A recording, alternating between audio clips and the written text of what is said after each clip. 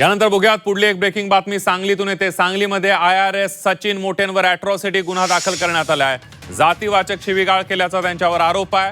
पडळकर समर्थकांच्या तक्रारीवरून गुन्हा दाखल केलेला आहे। सचिन मोटे पडळकरांमध्ये राजकीय वैमनस्य आहे। सांगलीच्या विटा पोलीस ठाण्यामध्ये IRS अधिकारी सचिन मोटे यांच्यासह दोघांच्या विरोधात अॅट्रॉसिटीचा गुन्हा दाखल करण्यात आला आहे।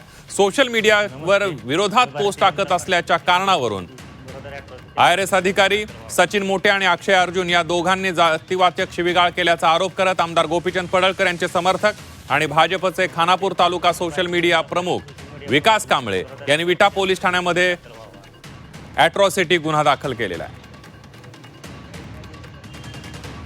IRS अधिकारी सचिन मोटे पहिलेच बसलेले होते।